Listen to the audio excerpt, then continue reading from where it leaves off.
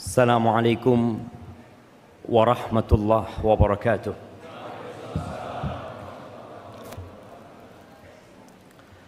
Alhamdulillah alladzi bi ni'matihi tatimmu shalihat.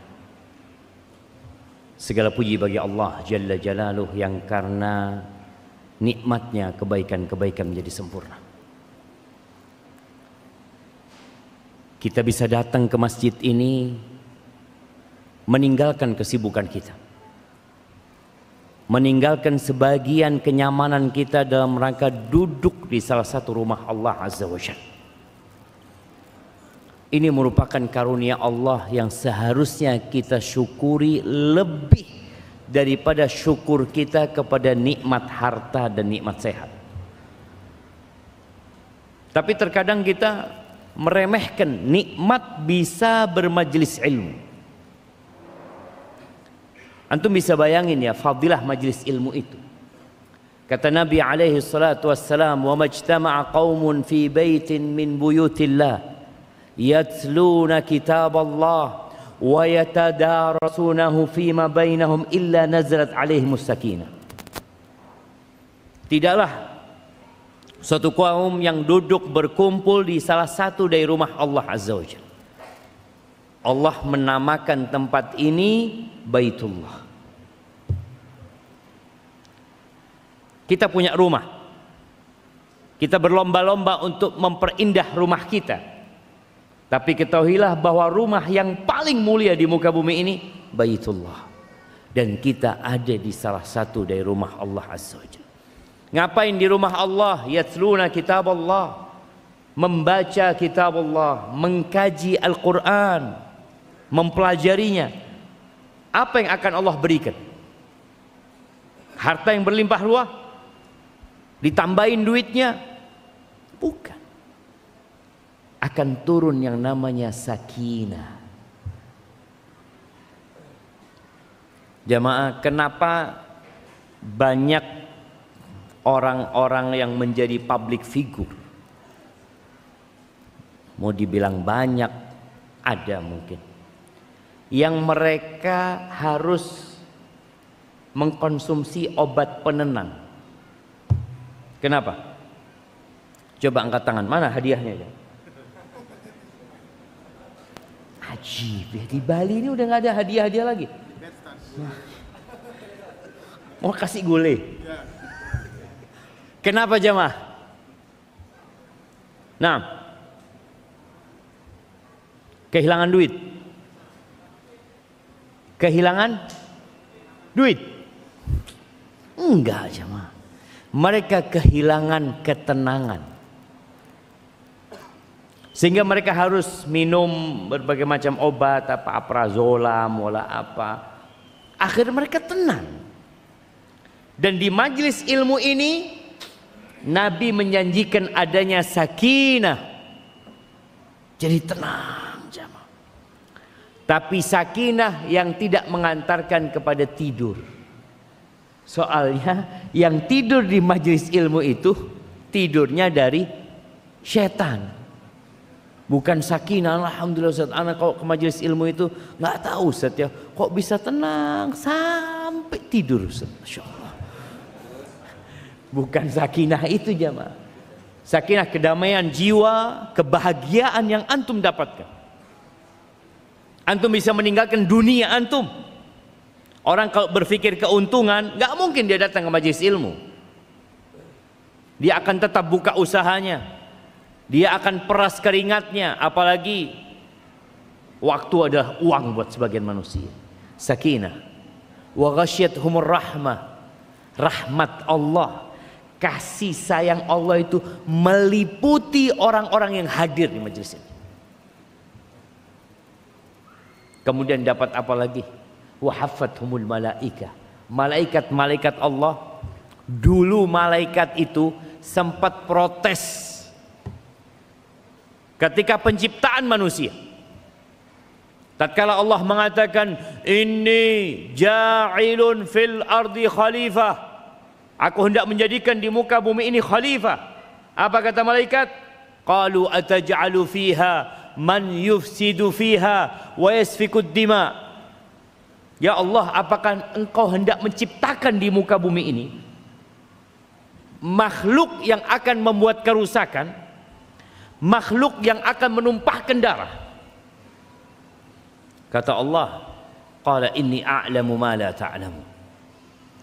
Aku mengetahui apa yang kalian tidak ketahui. Sekarang malaikat hadir di majelis ilmu. Mereka benar-benar senang dan bergembira dengan manusia yang taat kepada Allah Azza wa Jalla.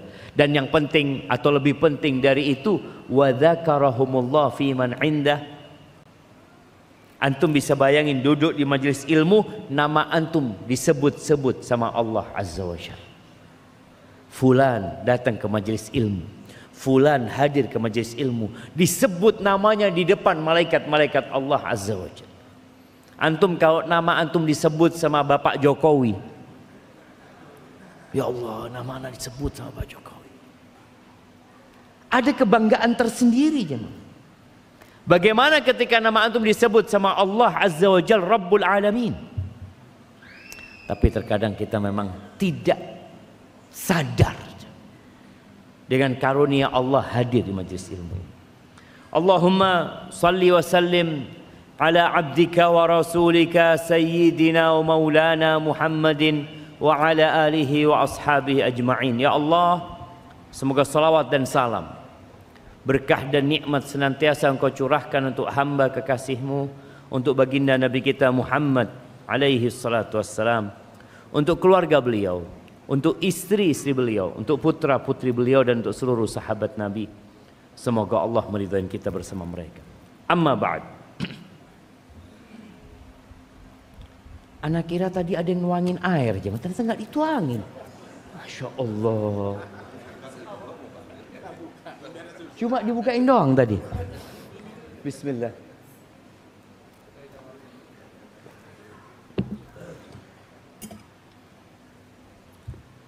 Jamaah, hari ini tanggal 10 Sya'ban, yang ingin mempersiapkan diri untuk Ramadan, perbanyak puasa sunnah. Perbanyak puasa sunnah. Rasulullah SAW di bulan Sya'ban ini hampir full beliau puasa. Jadi nggak harus nunggu hari Senin sama Kamis. Antum besok Sabtu mau puasa, Ahad puasa, Senin puasa, nyambung terus puasanya nggak apa-apa. Karena ini bulan diangkatnya amalan kita. Hadirin rahimakumullah, berbincang tentang kajian kita hari ini. Entah berapa puluh ribu tahun yang lalu atau ratusan ribu tahun yang lalu, di sebuah lembah di kota Mekah, di dekat padang Arafat, ada lembah Na'man. Di situ Allah Azza wa Jalla mengeluarkan anak keturunan Nabi Adam alaihissalam, dikeluarkan dari sulbi Nabi Adam, kemudian diwujudkan seperti semut-semut yang kecil jemaah, manusia mereka. Semua yang hendak Allah ciptakan itu sudah dikeluarkan. Abdullah bin Abbas radhiyallahu taala anhuma meriwayatkan dari Nabi sallallahu alaihi wasallam, akhadallahu al-mitsaq min dhahri Adam fa akhraja min sulbihi kulla dzurriyyatin dzara'aha. Allah mengambil perjanjian kepada seluruh anak keturunan Adam, dan kita juga hadir pada waktu itu. Semua yang bakal Allah ciptakan Allah keluarkan dari sulbi Nabi Adam, kemudian diletakkan, disebarkan di hadapannya kadzar, seperti semut kecil. Thumma kallamahum qibala, lalu Allah berbicara kepada mereka tanpa perantara, kepada kita, kepada semua generasi yang akan diciptakan. Apa yang Allah katakan kepada kita? Alastu bi rabbikum, bukankah aku Tuhan kalian? Qalu bala syahidna. Umat manusia semuanya. Hari ini berapa jumlah manusia di muka bumi ini? Antum? 1 triliun? Kebanyakan lah antum. Kebanyakan. Nah, yang di sebelahnya 9 miliar. 8 kalau nggak salah. 2 miliar. 8 miliar ya mah. Nanti dilihat di Google. 8 miliar. 7. Nggak lebih. Loh, 7 miliar lebih ya mah. 8 miliar kurang. Mungkin gitu yang pasti. Semua 8 miliar ini. Dan generasi yang sebelumnya serta generasi yang akan diciptakan sampai hari kiamat itu dikeluarkan dari sulbi Nabi Adam di lembah Na'man itu coba. Nabi Adam di sana pada saat itu. Lalu Allah bertanya, alastu bi rabbikum? Bukankah aku Rabb kalian? Semua manusia mengatakan bala, benar. Kami bersaksi. Tapi ternyata kita lihat berapa miliar manusia yang menyekutukan Allah Azza wa Jalla. Umat Islam mungkin hanya 1,7, 1,6, 1,7. Sisanya mereka lupa dengan perjanjian ini. Antaqulu yaumal qiyamah inna kunna an hadza ghafilin. Allah buat itu perjanjian agar kalian tidak berkata pada hari kiamat, kita lupa, kita lalai, kita nggak ngerti. Au taqulu innama asyraka abauna. Atau kalian akan mengatakan yang melakukan kesyirikan itu bapak-bapak kami, nenek moyang kami. Min qabl. Dari sebelumnya mereka sudah melakukan kesyirikan. Wa kunna dzurriyyatan min ba'dihim. Kami hanya generasi yang melanjutkan mereka. Itu yang dikhawatirkan sama Allah dan itu terjadi. Ahibati fillah, hadis tadi diriwayatkan oleh Imam Ahmad, Al-Hakim, dan hadis itu sahihnya menjaga janji yang telah kita buat untuk tetap istiqamah sampai mati itu nggak mudah. Itu memerlukan perjuangan, membutuhkan kesabaran, membutuhkan pengorbanan, dan kita akan banyak kehilangan kesenangan. Seperti itu. Karena apa? Karena yang ditawarkan sama Allah, kalau kita istiqamah sampai mati di atas kebenaran ini, Allah tawarin apa? Nusa 2 dikasihkan kepada antum semuanya. Bali diberikan kepada antum. Wallahi Bali kecil. Kalau antum lihat di pulau jemaah, kalau antum lihat di Google Earth, nggak kelihatan Bali itu. Ketika dibesarin baru kelihatan. Sedangkan yang Allah tawarkan, arduhas samawati wal ard. Allah tawarkan kepada setiap orang surga yang luasnya seluas langit dan bumi. Kalau antum dikasih surga yang seluas bumi saja, antum akan berjuang mati-matian untuk mendapatkannya. Sekaranglah kita bekerja. Orang-orang yang bekerja digaji berapa sih? Sampai hijrah dari Jawa ke Bali, digaji berapa di Bali? Mana anda mau tanya? Digaji berapa jamaah? Fadhol jamaah, anak pengen tahu. Ada yang digaji 200 juta? 300 juta? Berapa? 3 juta.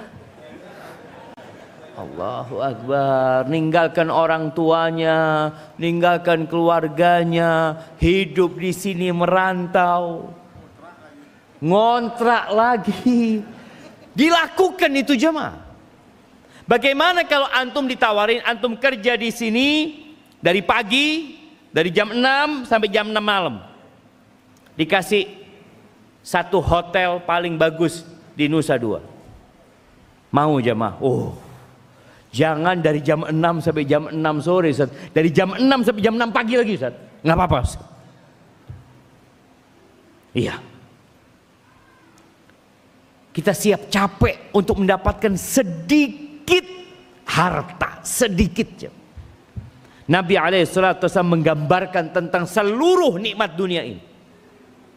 Itu dengan tangan yang dimasukkan ke lautan, kemudian dikeluarkan, ya, beberapa tetes yang ada nempel di tangan, itulah dunia. Dan samudra itu adalah akhirat. Dan Nabi SAW mengatakan, "Ala!" Kok jalan gimana?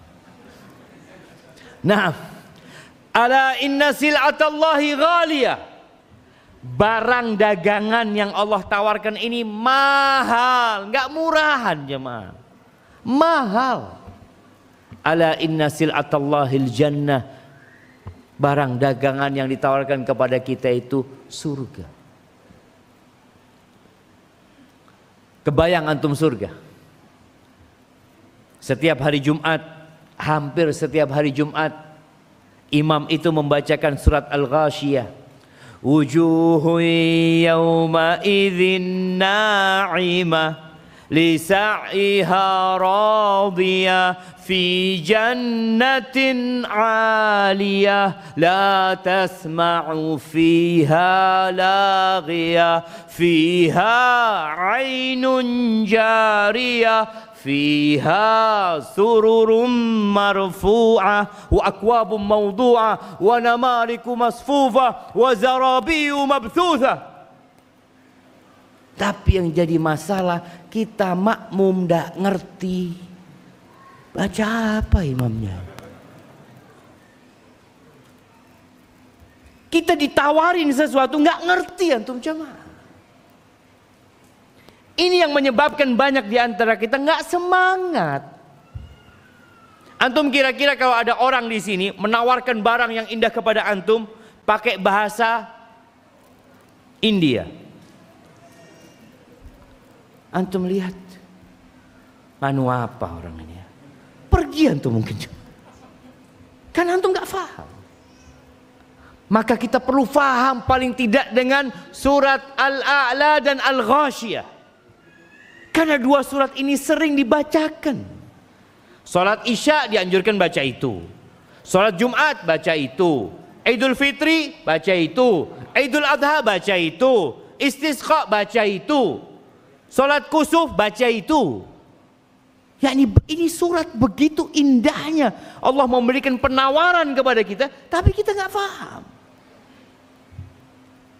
Makanya kadang-kadang sebagian kalau imamnya baca itu, Allah, kok nggak baca qul huwallahu ahad aja?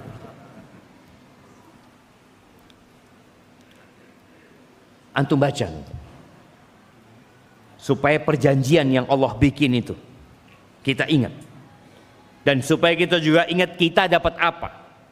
Karena biasanya kalau kita membuat sebuah MOU, kita akan tahu tentang hak dan kewajiban. Hak anak apa? Anak dapat apa? Anak datang ke masjid dapat apa? Anak kerja di tempat ini dapat apa dan apa yang harus anda lakukan? Al-Imam Bukhari meriwayatkan hadis dari Nabi SAW. Kata Rasul SAW, qala Allahu tabaraka wa ta'ala, Allah tabaraka wa ta'ala berfirman, a'dadtu li'ibadiyas salihin ma la 'ainun ra'at wa la udhunun sami'at wa la khatara ala qalbi bashar. Kata Allah dalam hadis qudsi ini, aku persiapkan untuk hamba-hambaku yang saleh apa yang belum pernah dilihat oleh mata, belum pernah didengar oleh telinga, dan tidak pernah terbetik dalam hati manusia.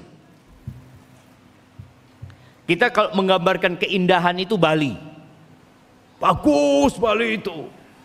Antum lihat Ubud ya. Terus apa lagi yang bagus ya? Uluwatu. Antum lihat, ya Allah bagus banget. Bagaimana surga? Oh ini udah dilihat ini. Surga lebih daripada ini. Antum lihat orang-orang dari luar negeri mengeluarkan biaya yang besar padahal dia sudah sepuh. Ana tinggal di hotel, nah lihat yang datang orang-orang tua aja mah. Ngapain mereka? Mereka ingin melihat. Mereka ingin merasakan. Padahal biasa-biasa saja. Sedangkan yang Allah sediakan ini jamaah, bayangin. Kalau bicara bangunan surga itu, kata Nabi SAW, labinatun min dhahab wa labinatun min fiddah. Surga itu ada full yang semuanya silver, ada full semuanya gold. Sekarang orang kalau beli emas antam 10 gram berapa juta? Berapa? Ada pedagang emas berapa? 10 juta. Oke. Kalau 1 kilo 1 M. Kira-kira satu batu bata itu 1 kilo? Lebih kayaknya jamaah. Iya. Besar batu bata itu jamaah. Antum kalau punya itu bagaimana aja? Punya 1 kilo. Ya Allah, ditaruh di brankas besi.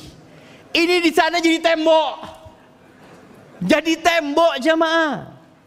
Jadi antum bisa ngelihat, ya Allah. Allah berikan. Kasih air lagi. Anak kila kasih 1 kilo. Subhanallah jemaah, labinatun min dhahab. Dan berapa tingginya rumah itu jemaah. Kemudian ada yang semuanya perak.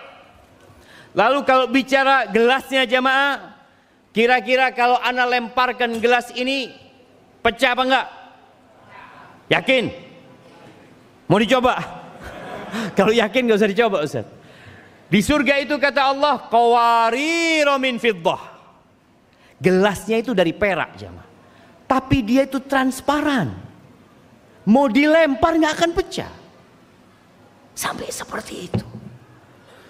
Bagaimana dengan wanitanya? Antum punya istri, tambah tahun tambah muda, tambah tua. Tambah keriput Bapak. Allahu Akbar ya. Dilihat, ya Allah kok kayak gini gitu ya. Tapi dia juga tua. Dia pikir istrinya doang yang tua, dia juga tua. Dilihat udah putih, istrinya udah bosan sama dia juga. Pikirnya istrinya masih sabar menghadapi dia.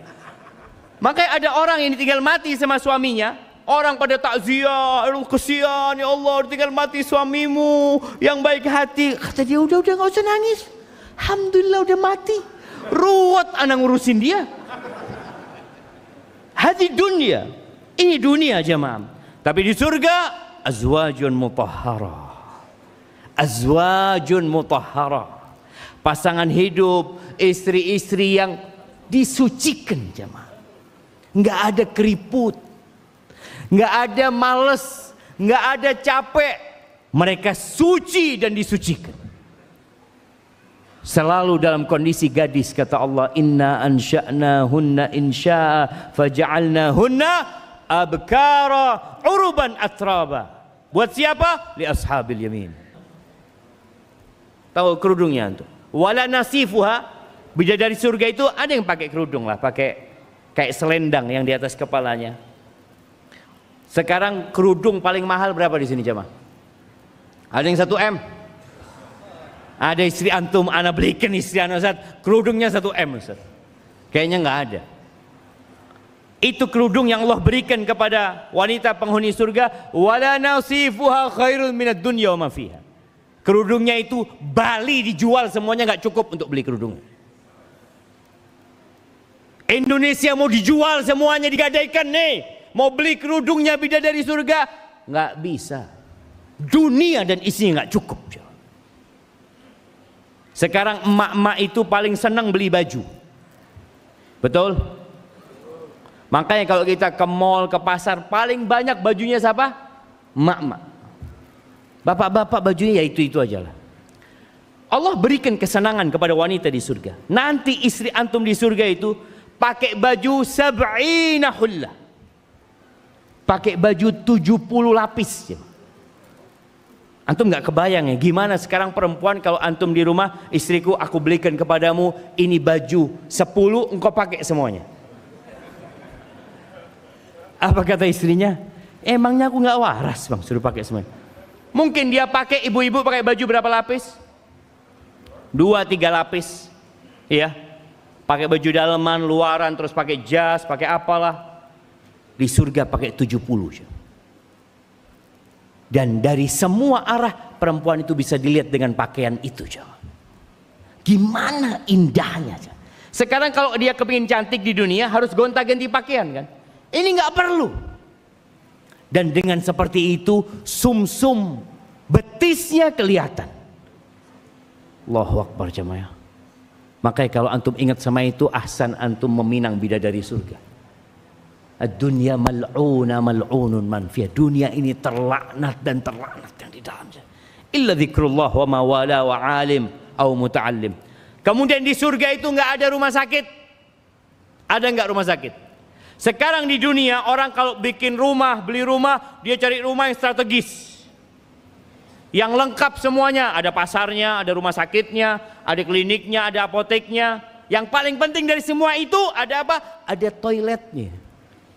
Antum bagaimana tinggal di hotel mewah, rumah mewah, wajib tinggal situ. Tiap hari kasih uang 1 miliar antum. Tanpa toilet. Apa yang terjadi sama antum? Dan di surga nggak ada toilet. Nggak ada toilet. Karena orang tidak membuang kotorannya. Nggak ada klinik, nggak ada rumah sakit. Antum sekarang kalau makan, semakin kaya antum semakin takut makan. Seharusnya orang semakin kaya. Ana punya bibi cerita rahimahullah. Ada satu perempuan dengan mobil mewahnya ganti oli itu di tempat bibi ana. Dilihat perempuan ini dengan gayanya ya kaya banget nih kayaknya ini. Ditanya sama bibi ana, "Ya Allah, ibu ini kaya banget ya, ini itu," kata dia. "Iya. Tapi saya kehilangan banyak nikmat sekarang. Dulu saya itu kepingin makan donat yang enak-enak ya sebelum punya duit. Sekarang duit banyak nggak boleh makan donat. Karena sudah kolesterol, karena sudah gula, ini itu. Itu dunia jemaah.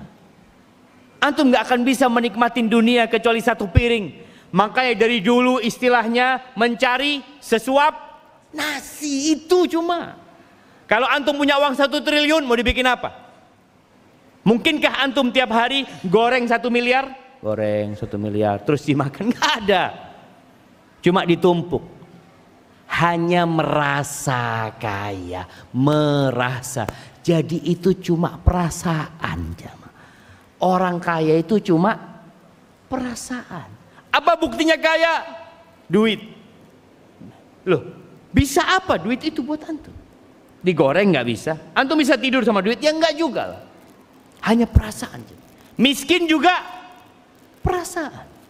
Maka ingat, Rasul sallallahu alaihi wasallam pernah mengatakan, "Laisal ghina an kathratil arad." Kaya itu bukan dengan banyaknya harta benda.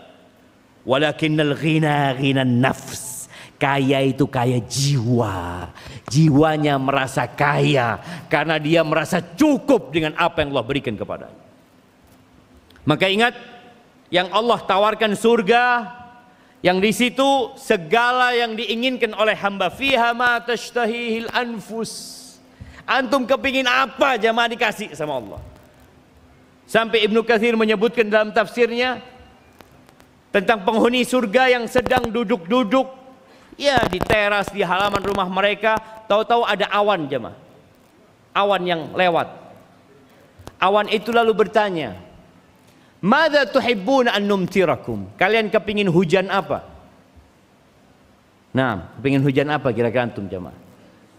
Ada yang kepingin hujan fulus, ada yang kepingin hujan handphone mungkin. Sampai mereka minta jamaah, "Amtirina kawa'iba atraba." Kami minta hujan bidadari yang cantik-cantik. Allah berikan jamaah. Tapi kita harus capek di sini. Antum harus lelah. Nabi alaihi salatu wasallam sampai bengkak kakinya sholat.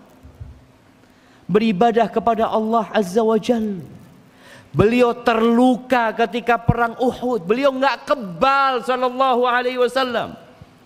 Khalid bin Walid, bagaimana dia meninggal di atas ranjangnya dengan seluruh sayatan memenuhi tubuhnya.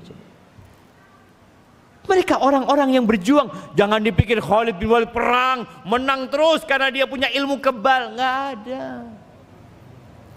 Kita perlu tahu Abu Bakar As-Siddiq radhiyallahu taala anhu, bagaimana perjuangan dia sampai menjadi orang nomor 2 setelah Nabi Muhammad SAW buat umat ini. Apa yang dia berikan? Dia tinggalkan semuanya buat Allah Azza wa Jalla. Ahibati billah, di surat Al-Ankabut ayat 2 dan 3 Allah menjelaskan tentang jalan terjal yang harus dilewati.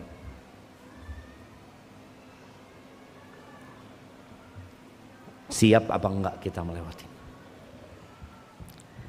Kata Allah Azza wa Jalla, ahasiban nas an yutraku an yaqulu amanna wa hum la yuftanun.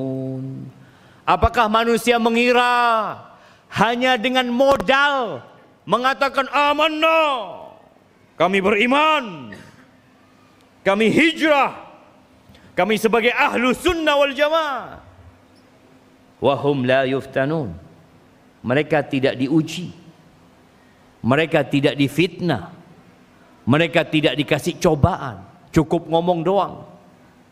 Tadi ada siapa yang di belakang, pemuda apa? Pemuda hijrah. Nggak akan diuji, antum akan diuji. Allah mengatakan walaqad fatanna alladzina min qablihim. Kami benar-benar telah memberikan fitnah, memberikan ujian dan cobaan kepada orang-orang sebelum mereka. Fala ya'lamannallahu alladzina sadaqu wa la ya'lamannal kadzibin. Sehingga benar-benar nampak, kelihatan bagi Allah Azza wa Jalla siapa yang benar-benar beriman dan siapa yang pura-pura beriman. Dan ingat, innamal a'malu bil khawatim. Kata Nabi SAW, amalan itu tergantung penutupnya. Contoh, antum sekarang datang kajian, awal datang kajian, Masya Allah, dapat 15 menit, tahu-tahu bubar. Loh, kok sudah selesai? Kok cepat Ustadz kajiannya? Amalan itu tergantung penutupnya.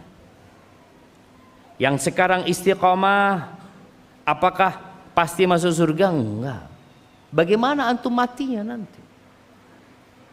Maka kita perlu menjaga jam. Bagaimana kita bisa bersabar di atas agama Allah ini. Dan ketahuilah, badai pasti datang. Antum sering dengar badai pasti berlalu. Iya. Tapi ingat, badai pasti datang.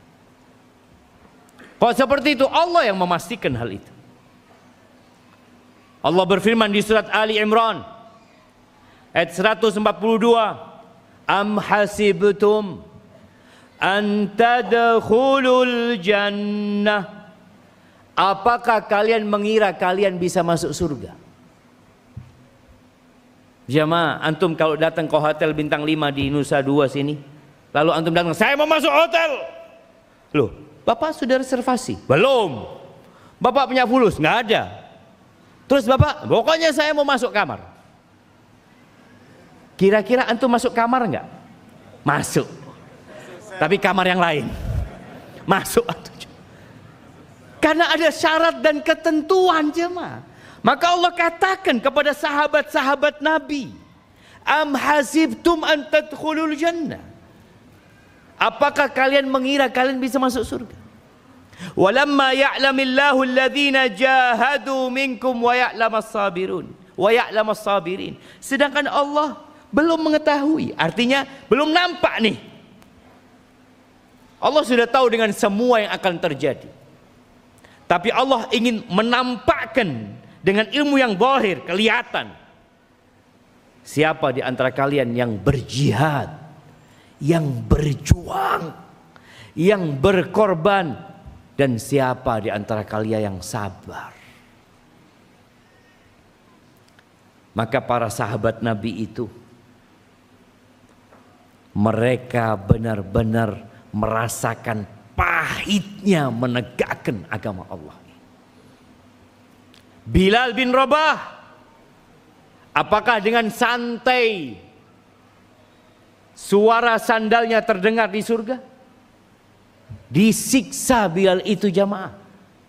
Diteriknya matahari kota Mekah, digiring, diarak, dilecehkan, dibuli, disakiti secara fisik.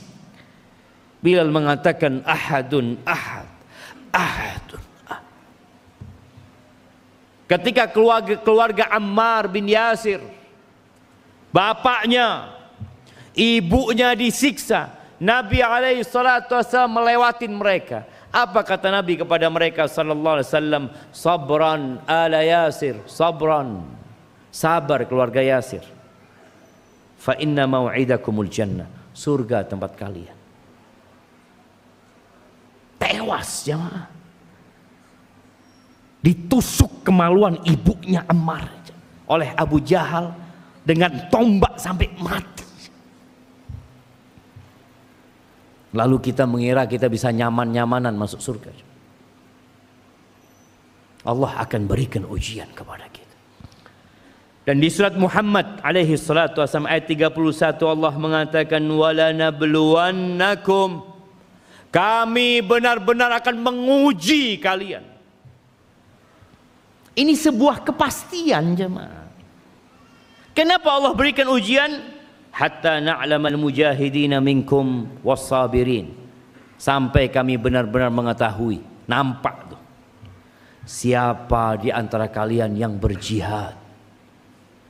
Perintah Allah itu ujian, larangan Allah itu ujian, takdir buruk itu ujian, takdir baik itu ujian. Jihad yang paling utama adalah bagaimana kita memerangi nafsu kita sendiri. Nih di bulan Sya'ban Nabi SAW banyak puasa sunnah untuk menundukkan syahwatnya, untuk mengontrol nafsunya. Bagaimana dengan kita jemaah? Wa alhamdulillah Ustaz, bisa mengontrol nafsu dan syahwat an. Puasa. Usahakan. Wasabirin, dan yang sabar. Siapa yang sabar? Enggak semuanya mampu untuk bersabar. Para sahabat Nabi sempat ya, mereka goyah dengan ujian-ujian yang ada. Lalu Allah katakan ya ayyuhalladzina amanu sabiru wasabiru warabitu wattaqullah. Wahai orang-orang yang beriman, sabarlah, kuatkan kesabaran kalian. Sabar menghadapi cobaan yang itu berupa takdir.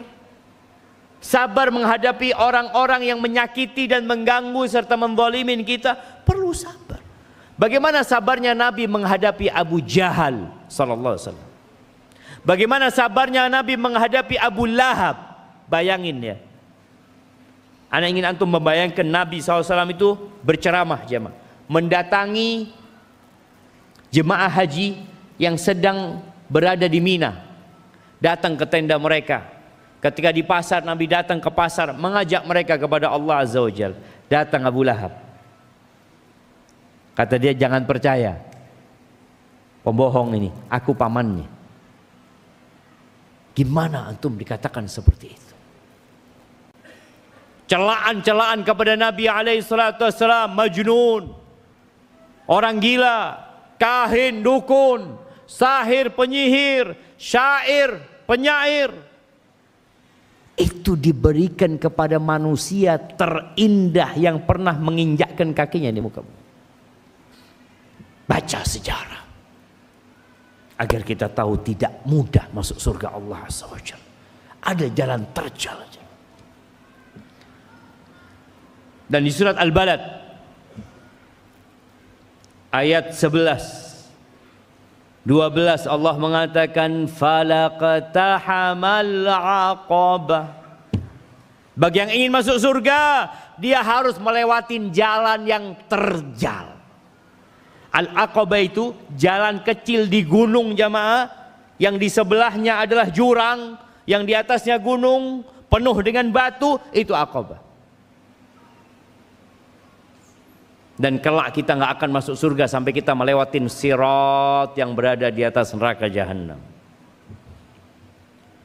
Maka perlu perjuangan dan pengorbanan. Huffatil jannah bil makari.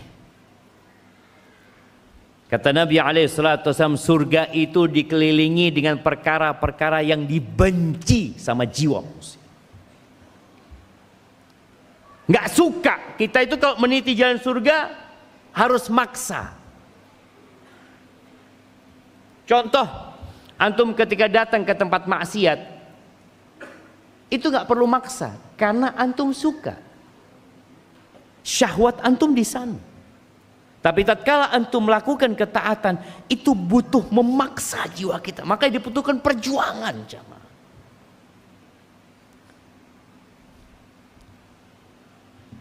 Kira-kira 14 tahun setelah dakwah Nabi SAW. 13 tahun di Mekah ya, kemudian sampai ke kota Madinah. Turun firman Madinah, nggak punya rumah, tinggal di masjid, kadang kala makan, kadang kala nggak makan, kerjaan nggak punya, hidup nggak jelas. Itu Allah katakan kepada mereka, am hasibtum an tadkhulul jannah. Allah tegur lagi, kalian mengira kalian bisa masuk surga? Ini sahabat Nabi. Walamma ya'tikum mathalul ladzina khalau min qablikum. Sedangkan kalian belum pernah ditimpa oleh bala, oleh cobaan yang menimpa orang-orang sebelum kalian. Massathumul ba'sa wadh-dharra wa zulzilu. Mereka ditimpa penyakit, kelaparan, krisis ekonomi. Kita Masya Allah, kita merasakan beberapa penyakit itu, tapi tidak seperti yang Allah sebutkan. Digoncangkan keimanan mereka. Hatta yaqula ar-rasul walladzina amanu ma'ahu mata nasrullah. Sampai Rasul utusan Allah ini dan orang-orang yang beriman mengatakan, kapan pertolongan Allah itu datang? Antum pikir Nabi SAW setelah hijrah hidupnya nyaman? Antum mungkin setelah hijrah alhamdulillah, antum mungkin kehilangan pekerjaan. Sebagian sahabat kehilangan istri, sebagian mereka kehilangan anak, sebagian mereka kehilangan orang tua. Kalau bicara rumah, pekerjaan, tanah, semuanya hilang. Mereka tinggalkan di Mekah semuanya ketika mereka hijrah. Itu masih Allah tegur dengan ayat ini. Al-Imam Ibnul Qayyim rahimahullahu ta'ala pernah mengatakan, ajma'atil uqala min kulli ummah. Semua orang-orang yang berakal dari semua bangsa itu bersepakat. Sepakat dengan apa? Annan na'ima la yudraku bin na'im. Bahwa kenikmatan tidak dapat diraih dengan kenikmatan. Antum bisa mau dapat fulus banyak sambil tiduran.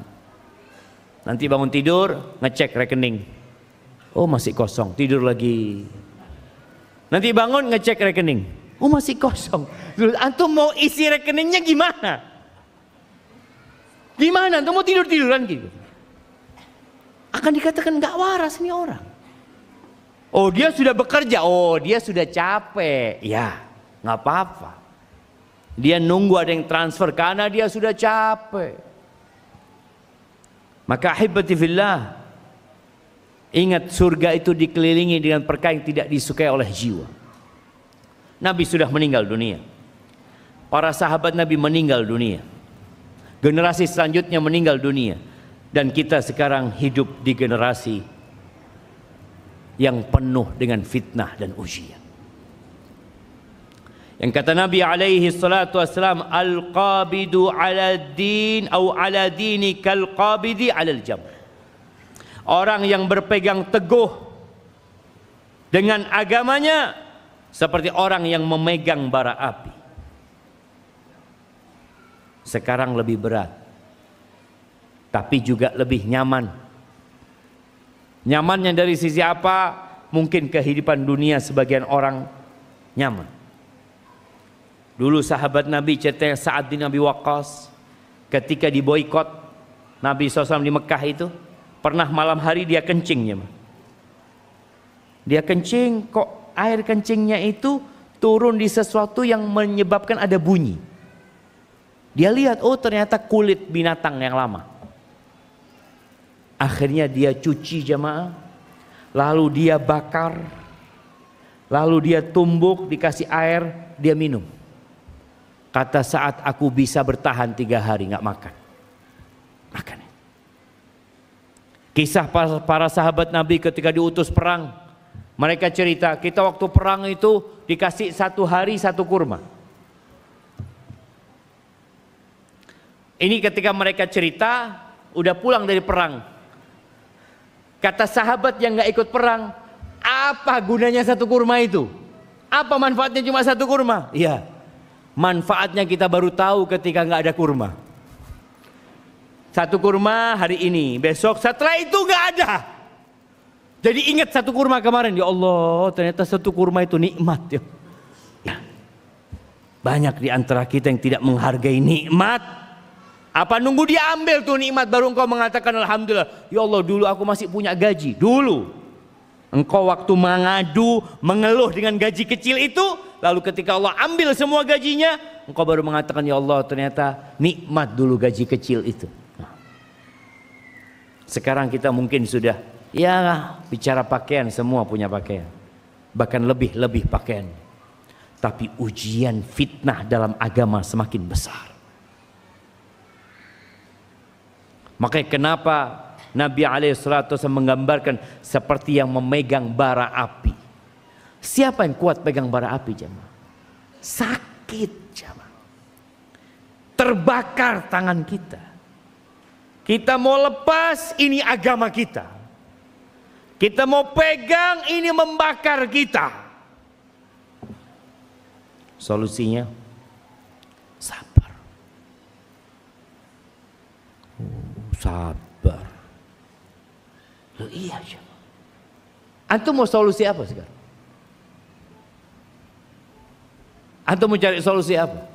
Allah ketika berbincang tentang penghuni surga, wajazahum bima sabaru jannatan wa harira, dan Allah memberikan balasan kepada mereka dengan kesabaran mereka. Disebabkan kesabaran mereka dikasih surga sama Allah Azza wa Jalla. Ketika penghuni surga masuk surga, apa kata malaikat yang menyambut para penghuni surga? Salamun alaikum bima sabartum. Salam buat kalian atas karena kesabaran kalian.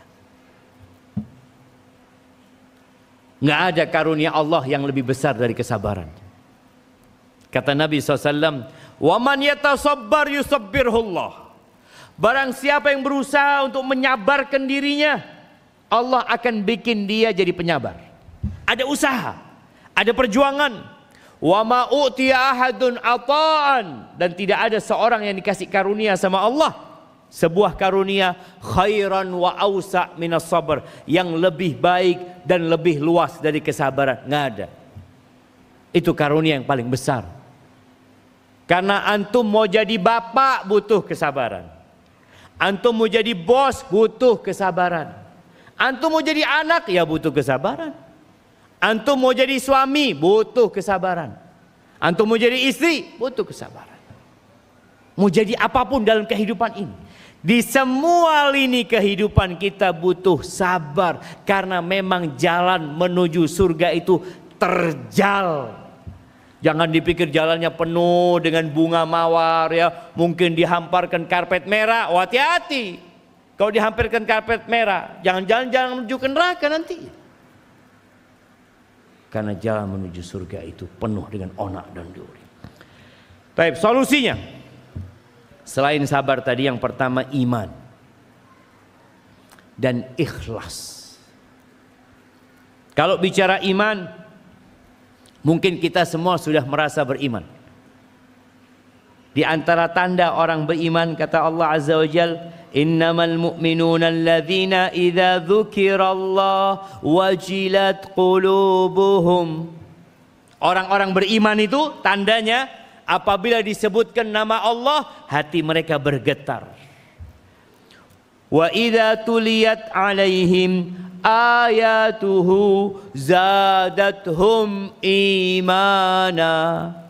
Kalau dibacakan ayat-ayat Allah, bertambah keimanan mereka. Kita sudah sampai ke sana. Kadangkala kita dengar ayat Allah di skip. Duh, enggak, anak mau lihat yang lainnya. Coba perhatikan. Kita perlu bermuhasabah. Sudahkah kita menjadi orang yang apabila disebutkan nama Allah kita jadi takut? Allah tahu loh dengan perbuatanmu. Ingat. Atau dikata, Allah tahu dengan perbuatanmu. Tenang, Allah Maha Pengampun dan Maha Pengasih. Sebagian orang meremehkan Allah Azza. Jadi iman dan ikhlas. Orang yang ikhlas insya Allah husnul khatimah. Dijaga sama Allah Azza. Tapi ikhlas ini berat.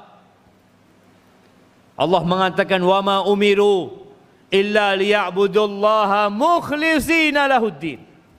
Mereka tidaklah diperintahkan kecuali untuk beribadah kepada Allah dengan ikhlas, tunduk kepada agama Allah ini, ikhlas. Tidak berharap pujian, tidak takut dengan celaan. Orang ikhlas itu dipuji nggak naik, dicela nggak turun. Kenapa? Anda nggak ada urusan sama manusia. Dan kita harus belajar beramal, kemudian pergi meninggalkan amalan itu. Sebagian kita kalau beramal baik, nunggu ada yang mengatakan syukron.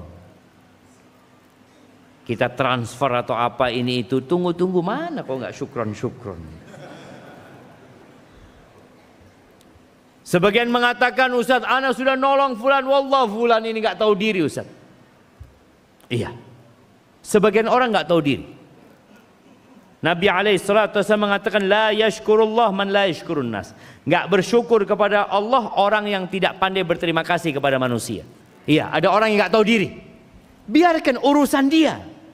Engkau yang tahu diri. Tahu diri apa? Ketika engkau berbuat Allah sudah tahu. Iya. Allah akan balas. Iya. Selesai. Nunggu apa? Ketika antum berbuat baik kepada kerabat, ada bantuin kerabat, keponakan mungkin, atau paman, atau apalah yang antum bantu. Tahu-tahu mereka ini malah meninggalkan kita. Antum sakit hati, nggak perlu sakit hati. Karena ketika antum berbuat baik langsung dicatat, asalkan ikhlas. Nah, yang kedua, bersegera melakukan ketaatan. Setelah iman dan ikhlas itu, yang kedua, antum kalau mau beramal jangan ditunda-tunda. Dan usahakan mendawamkan amalan itu. Bicara puasa sunnah, ana mampunya sebulan cuma sehari, nggak apa-apa. Tapi setiap bulan antum puasa sunnah 1 hari. Syawal sehari, ana nggak dapat 6 hari syawal, nggak apa-apa. Tapi antum istiqomah. Nanti bulan Dzulqa'dah 1 hari, Dzulhijjah 1 hari, terus dijaga. Baca Quran juga sama seperti itu. Antum istiqomah tiap hari, ana Ustaz baca Quran one day one juz. Alhamdulillah. Nggak mampu, one day one ayat. Nggak apa-apa. Setiap mau berangkat kerja antum buka Quran. Alif Lam Mim. Berangkat kerja. Bener loh jemaah. Tapi istiqomah. Besok, a'udzubillahi minasyaitonir rajim. Dzalikal kitabu la raiba fi hudan lil muttaqin. Berangkat kerja. Istiqomah. Rasakan dapat apa? Karena banyak di antara kita oke baca Quran 3 lembar, 5 lembar, setelah itu lupa. Kalau antum bisa 2 ayat, 2 ayat, 3 ayat, 3 ayat, dan usahakan dengan artinya. Karena Quran ini yahdi lillati hiya aqwam, memberikan petunjuk kepada jalan yang paling lurus. Salat sunnah, ana wallah Ustaz, ana ini termasuk orang yang nggak biasa salat sunnah Ustaz. Udahlah. Antum ambil sholat sunnah witir sebelum tidur sama 2 rakaat sebelum subuh. Witir 3 rakaat sebelum tidur, qobliyah subuh. Antum jaga. Daripada antum banyak sholat sunnah tapi cuma sebulan, habis gitu nggak sholat sunnah lagi. Nanti setelah antum daumkan ini, nambah yang lainnya nggak apa-apa. Karena memang kata Nabi SAW, badiru bil a'mal fitanan ka qita'il lailil mudhlim. Kalian segera beramal, jangan ditunda-tunda. Sebelum datang fitnah yang seperti potongan malam yang gelap gulita. Yusbihur rajulu mu'minan wa yumsi kafiran. Paginya beriman, sorenya kafir, sorenya beriman, paginya kafir. Yabi'u dinahu bi'aradin minad dunya. Dia menjual agamanya dengan sedikit kenikmatan dunia. Na'udzubillah min dzalik. Segera beramal jemaah. Zikir juga antum istighfar. Ana pokoknya mau istighfar tiap hari 100 kali. Dawamkan. Ana mau salat buat Nabi SAW setiap hari 100 kali. Tafadhol, dawamkan. Kita berusaha untuk menjalankan dengan istiqamah. Kemudian yang ketiga, belajar ilmu agama. Kita itu sering lupa. Maka berapa banyak anak yang masuk ruang ujian terus gagal, nggak naik. Kenapa? Nggak belajar dia. Dia bermain-main. Oh, dia belajar sebagian, meninggalkan sebagian. Pertanyaannya, yang tidak dia baca. Kan ada. Kita lah pernah ujian lah jemaah.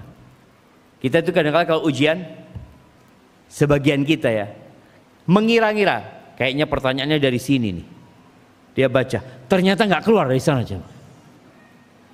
Makanya kalau belajar secara umum. Semuanya kita pelajari. Yang kita butuhkan dalam kehidupan ini. Man yuridillahu bihi khairan yufaqihu fiddin. Siapa saja yang Allah inginkan kebaikan buat orang itu, maka Allah bikin orang itu belajar agama.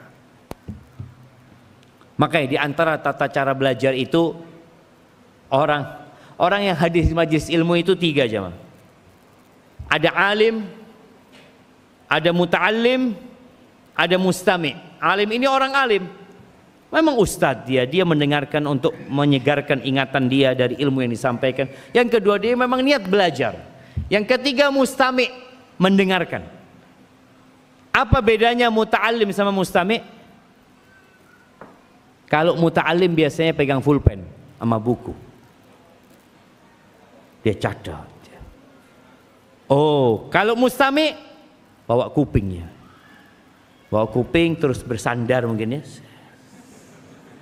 Mustami'. Tapi masih dapat manfaat jemaah. Jangan jadi yang ketiga. La mustami' wala apa, maka belajar. Usahakan kita mendawamkan. Kalau bisa kajian rutin tiap pekan, ajak istrinya, ajak anaknya. Yuk, kita ini di masa fitnah wallahi. Abah ini nggak pernah mondok.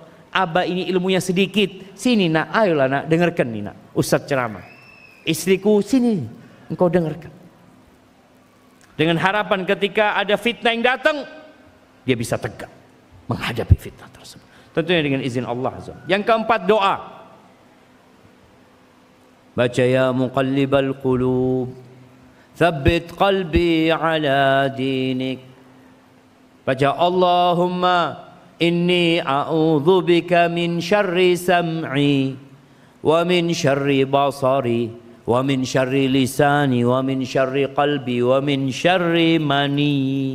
Minta ya Allah, aku berlindung kepadamu dari kejahatan pendengaranku, dari kejahatan penglihatanku, dari kejahatan lisanku, dari kejahatan jiwaku atau hatiku, dan dari kejahatan air maniku. Minta.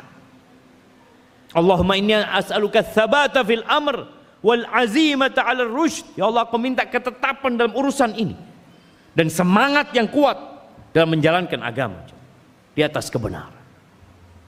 Rabbana la tuzigh qulubana ba'da idh hadaitana wa hab lana min ladunka rahmah innaka antal wahhab. Kemudian jamaah, perbanyak baca Al-Qur'an. Perbanyak dengan artinya. Biasanya nanti ini kita mau masuk Ramadan akan muncul pertanyaan, Ustadz, mana yang lebih utama? Menghatamkan Al-Quran atau membaca sama artinya tapi tidak hatam? Ini orang apa cuma baca Quran di bulan Ramadan? Sepanjang tahun kemana engkau tidak tanya? Kenapa pertanyaan itu baru muncul sekarang? Karena baru mulai baca Quran, baru mulai nih. Kalau sepanjang tahun antum baca Quran, nggak perlu tanya itu. Sebagian kita mengatakan, wallah Ustaz, ana nggak punya waktu Ustaz. Semua orang yang ada di masjid ini waktunya sama, 24 jam. Tapi ada yang waktunya diberkahi, ada yang waktunya nggak berkah. Orang yang kerjaannya menjadi satpam jamaah, dalam bayangan ana, security, itu menjadi orang yang paling banyak punya waktu luang untuk baca Quran, dengarkan kajian. Karena dia memang cuma diem doang jamaah, apalagi di pos satpam ya, melihat jam, kok nggak pagi-pagi gitu. Kita semua punya waktu, tapi antum gunakan untuk apa, itu yang harus antum tanyakan. Kemudian yang keenam, cari sahabat yang baik. Karena jalan terjal itu kadangkala antum capek. Kalau sendirian itu capek. Tapi kalau ada temennya, antum contoh nih ya, ketika antum masuk masjid sholat taraweh, Masya Allah, 1 rakaat imamnya baca 4 lembar. Antum awalnya mau lemes, aduh kok panjang banget. Tapi lihat di sebelah anak kecil semangat. Waduh, masa anak kalah sama dia? Lihat di sebelah kiri kita ada orang tua yang dia kakinya cuma 1 tapi dia tetap berdiri. Kira-kira antum mau duduk jemaah? Malu ya. Itu manfaat teman-teman baik. Makanya ana minta antum yang ada di sini, jangan sampai tidak kenal dengan yang di sebelah kanan dan kirinya. Ana mau tanya ya, antum. Ya, antum kenal nggak sama yang di kiri antum? Enggak kan? Katanya mau istiqomah. Kenalan dulu, coba kenalan dulu. Tanya dari mana? Wallahi jamaah, coba semuanya kenalan dulu. Ini cara yang keenam ini dipraktekkan. Oh iya tahu. Tahu nanti datang kajian lagi nggak cari sohib. Ini tempat cari teman baik jemaah. Baik, fadhal antum kenal dulu, ana mau minum dulu.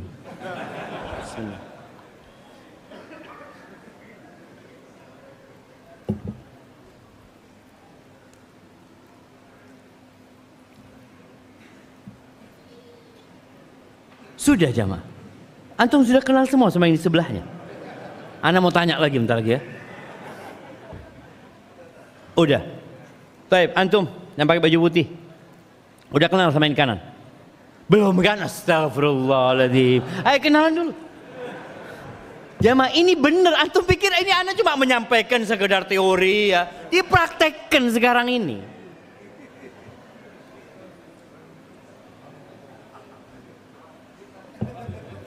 Antum baru kenalan? Astagfirullah. Nggak bener loh jamaah. Kawan ini jangan diremehkan. Nabi SAW mengatakan, mathalul jalisis salih wa jalisis su' kahamilil miski wa nafikhil kir. Permisalan antum duduk sama teman yang baik dan teman yang buruk itu seperti penjual minyak wangi dan seperti alatnya pandai besi. Kalau antum duduk sama orang yang jual minyak wangi, kira-kira dapat apa antum? Yang paling full antum dikasih hadiah. Antum sekarang kalau berangkat ke mall, kadang-kala ada yang kasih antum parfum kan? Fadhol. Kasih kertas itu kan? Wallahi itu nikmat loh jamaah. Antum datang, antum cium, ya Allah wangi. Ya kan? Ini manfaat. Manfaat kedua, antum cium wangi, balik antum beli. Antum beli. Setelah dikasih antum beli. Kalau antum nggak dikasih, antum juga nggak beli, paling tidak antum dapat aroma wangi. Maka di rumah Allah lah tempat hamba-hamba Allah mencari sahabat dan kawan. Kalau dilihat sholat subuh, mana fulan ya kok nggak sholat subuh? Oh sakit fulan, dia berangkat ke rumahnya membesuknya. Kita kehilangan itu. Maka tolong antum yang ada di sini jangan meninggalkan majelis kecuali sudah kenal dengan temannya, tukar nomor handphone, mungkin nanti bisa saling ya membantu, mungkin punya pekerjaan yang sama. Dan yang paling indah, ketika antum punya teman bisnis yang juga teman menuju ke Allah Azza wa Jalla.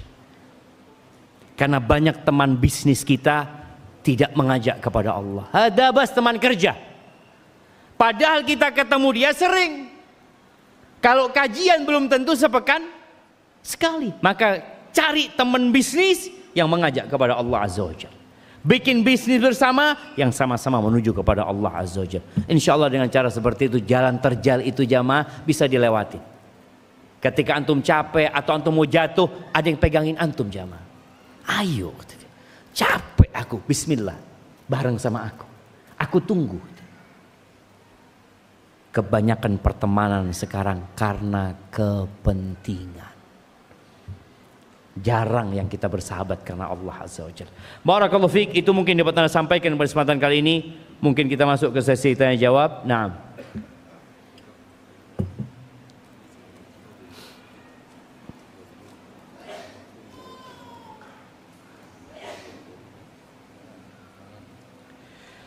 Ustadz, di saat kajian seperti ini iman jadi naik, namun setelah pulang iman jadi turun.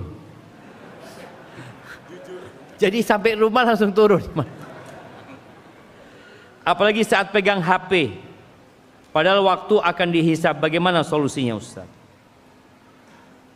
Ya tadi kita berikan solusi. Bagaimana antum cari kawan yang baik? Bagaimana tatkala antum pulang ke rumah istiqomah mengamalkan sesuatu yang antum mampu untuk istiqomah. Yang mampu istiqomah, jangan memaksakan diri yang antum nggak mampu. Pernah Nabi SAW melihat di Masjid Nabawi ada tali ya, Ma. Ada tali. Nabi tanya, ini tali buat apa? Kata dia. Oh itu tali kalau nggak salah buat Zainab, istrinya Nabi SAW. Zainab itu sholat malam karena dia ingin baca yang panjang-panjang, nggak kuat itu sampai pegangan tali. Akhirnya Nabi suruh potong tali itu. Sholatlah ketika engkau semangat, karena ditakutkan nanti orang akhirnya jadi futur ya. Ketika dia memaksakan diri yang dia nggak mampu untuk melakukan. Kemudian kalau bicara ketika pegang handphone, antum harus punya janji sama diri antum. Umpamanya setiap anak pegang handphone, anak mau baca Quran satu halaman. Baca dulu. Baca, baru antum buka yang lain. Mudah-mudahan dengan cara seperti itu antum bisa dijaga. Tapi ingat, tolong baca sama artinya. Usahakan sama artinya.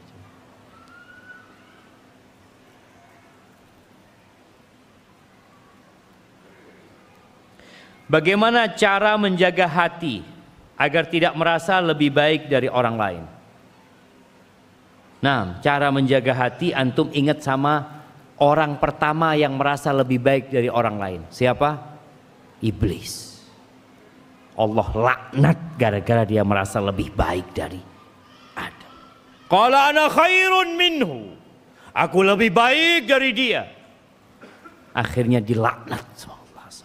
Dan ingat, boleh jadi orang itu yang antum anggap antum lebih baik, dia punya amalan yang tersembunyi yang menyebabkan dia husnul khatimah, dan antum dengan amalan zahir antum bisa jadi su'ul khatimah. Standar orang itu baik atau tidak kapan? Mati. Ketika mati.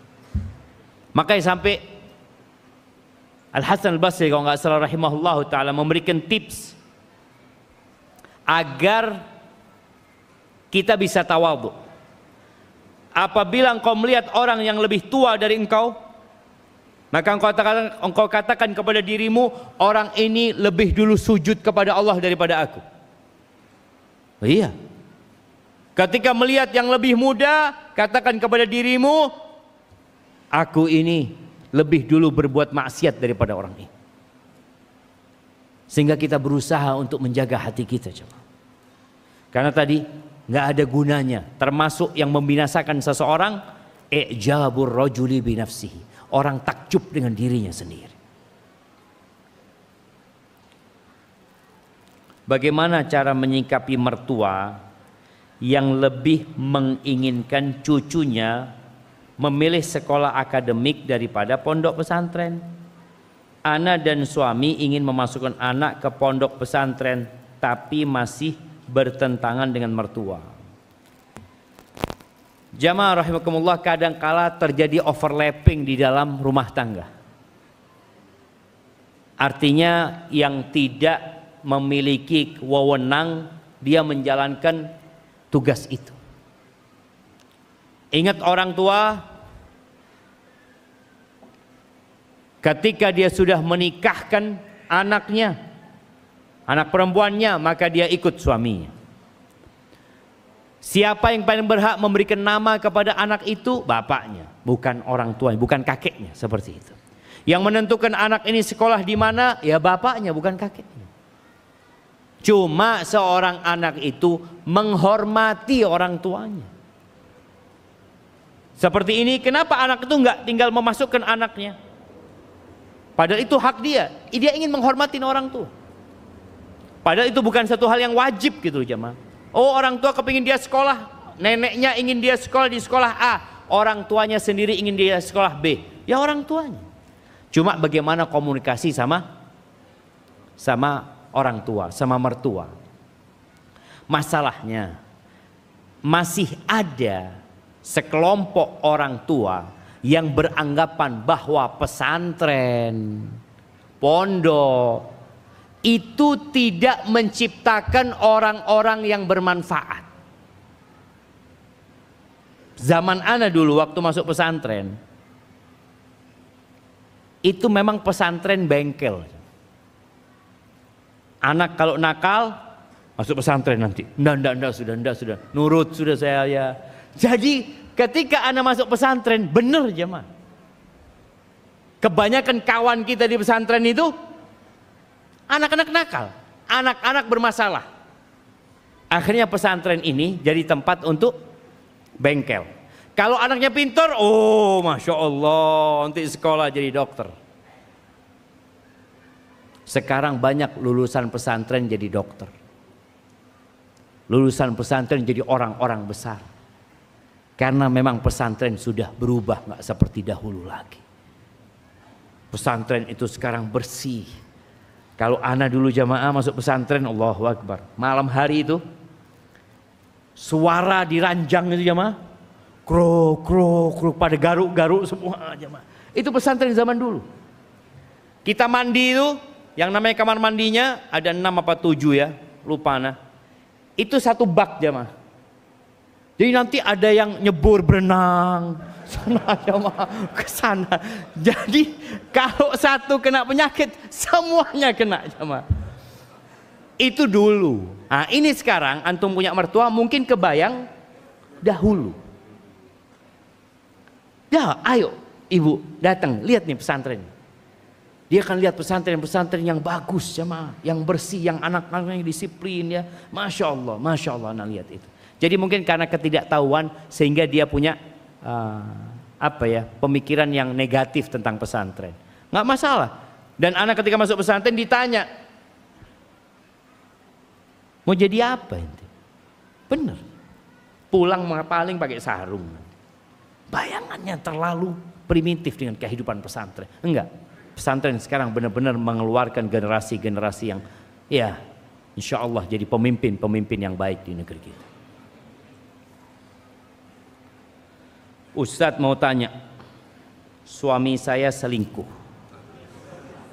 dan ingin menikahi selingkuhannya. Katanya mau berpoligami. Saya harus bagaimana? Apakah ini jalan terjal saya menuju surga? Nah, yang pertama nasihat ana, suami anti yang selingkuh jangan menikah sama selingkuhannya. Suruh dia tobat.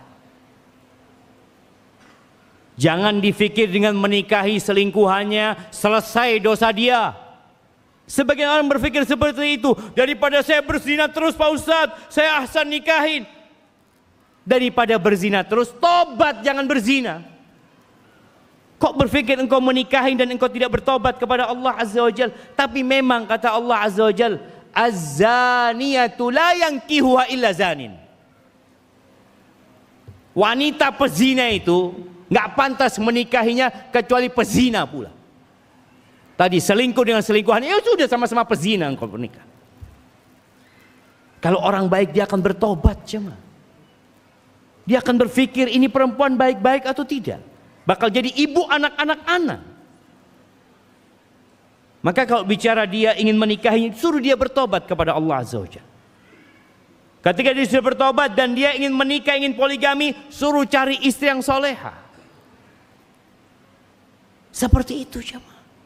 Lu nggak usah, dia ini ingin bertanggung jawab.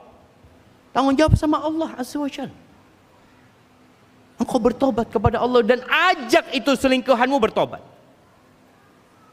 Ketika dia sudah bertobat jadi orang soleh, itu cerita lain nanti. Bukan karena engkau kalau soleha aku nikahin, langsung besok pakai kerudung. Kerudung ini jemaah beli 200.000 langsung pakai. Apakah itu tanda dia tobat? Belum tentu. Ada syarat dan ketentuan. Maka nasihat anak kepada yang bertanya ini, ajak suamimu bertobat dulu. Engkau kalau benar-benar mau poligami, pelajari ilmunya poligami. Engkau datang kajian, engkau sholat malam, berdoa mohon sama Allah, istikharah, minta petunjuk. Bukan tahu-tahu mau menikahin orang yang dia zinain. Na'udzubillah min dzalik jemaah. Oh, terus gimana kalau suaminya tetap mau menikahin? Kalau dia nggak bertobat, engkau gugat cerai. Karena apakah engkau mau hidup dengan pezina yang tidak bertobat? Kalau dia bertobat, silakan kau lanjutkan rumah tangga.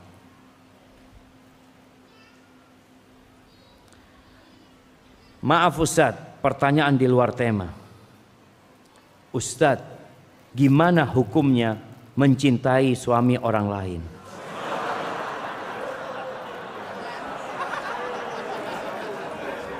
Jamaah, tunggu dulu antum, belum selesai pertanyaannya nih jamaah.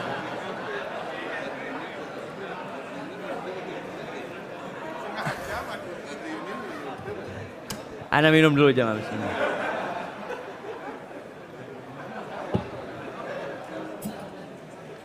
Nah, Ustadz gimana hukumnya mencintai suami orang lain tanpa berniat merebutnya dari istrinya? Saya tertarik pada suaminya karena istrinya sering memposting kebaikan suaminya. Hati-hati nih jamaah. Bagaimana hukumnya seorang suami masih suka ngechat perempuan lain? Tunggu, dia ini bersuami apa tidak?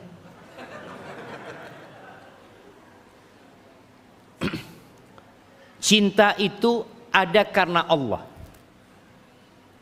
Tapi ada cinta karena nafsu.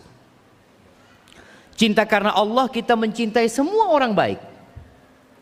Antum umpamanya datang ke masjid. Antum lihat di pojok ada orang sholat ya, sujudnya panjang. Kemudian dia berdiri panjang. Antum gak kenal sama orang itu. Lalu dalam hati antum muncul cinta kepada orang ini. Ya Allah, mudah-mudahan orang ini dijaga sama Allah ya. Itu cinta karena Allah, nggak perlu kenal sama orang itu, tapi tahu dengan kebaikan orang itu.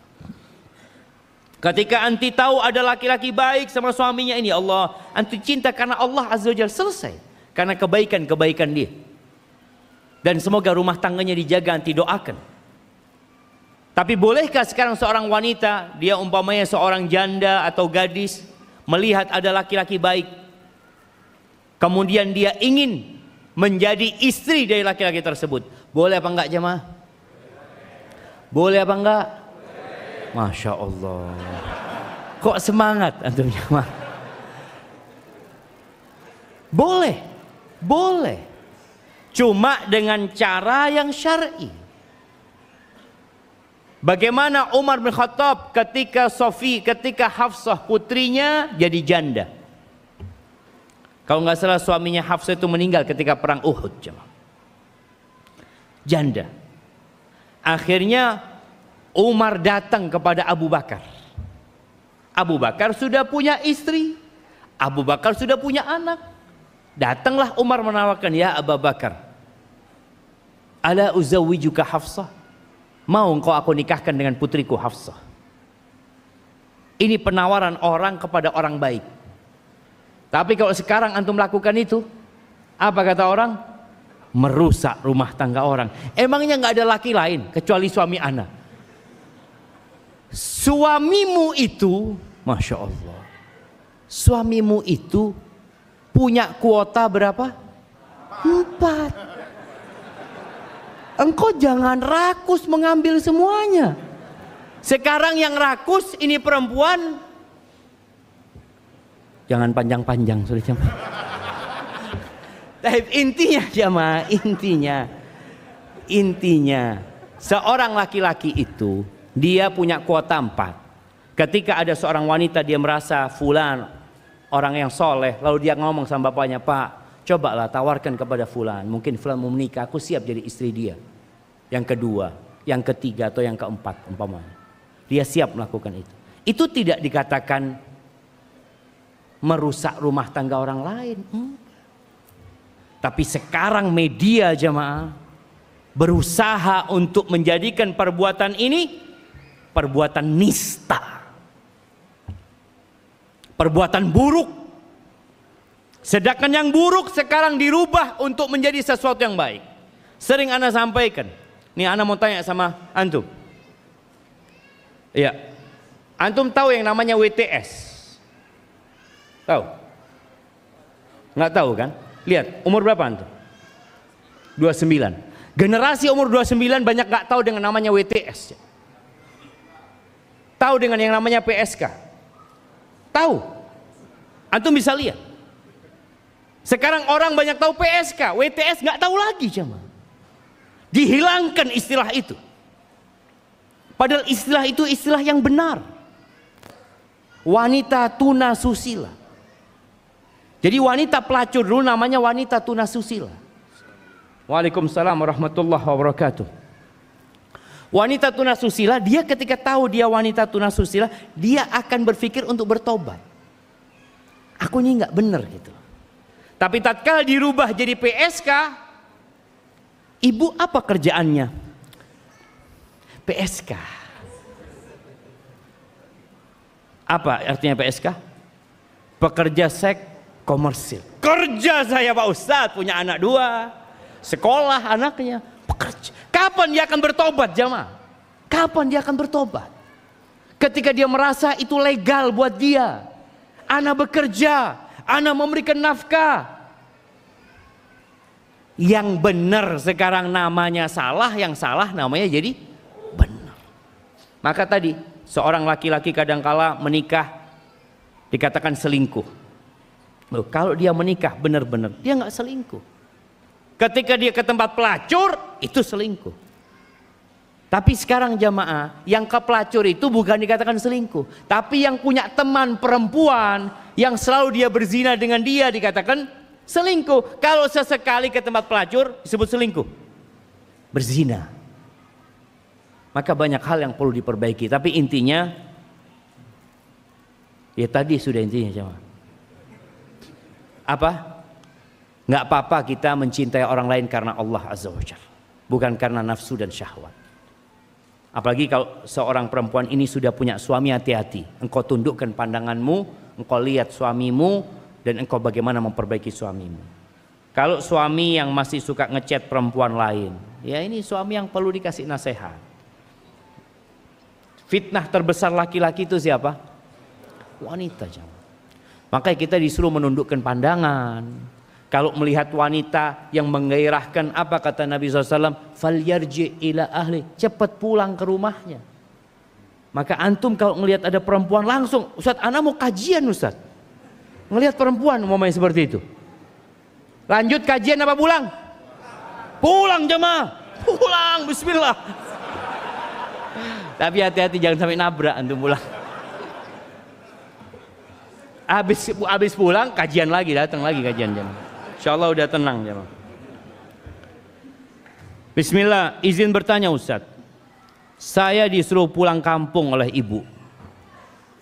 Sedangkan di kampung tidak ada yang menerapkan sunnah sama sekali. Bahkan saat saya bilang tidak mau bersalaman dengan lawan jenis dimarahin sama orang tua. Apakah saya lebih baik tetap di rantauan atau mengikuti ibu untuk pulang kampung dengan resiko dimarahin setiap hari? Ibu antum sayang sama antum. Kalau antum katakan tidak ada yang menerapkan sunnah sama sekali, berarti antum tugasnya pulang untuk menerapkan sunnah itu di kampung. Itu tugas antum. Nabi SAW mengatakan, balighu anni walau ayat.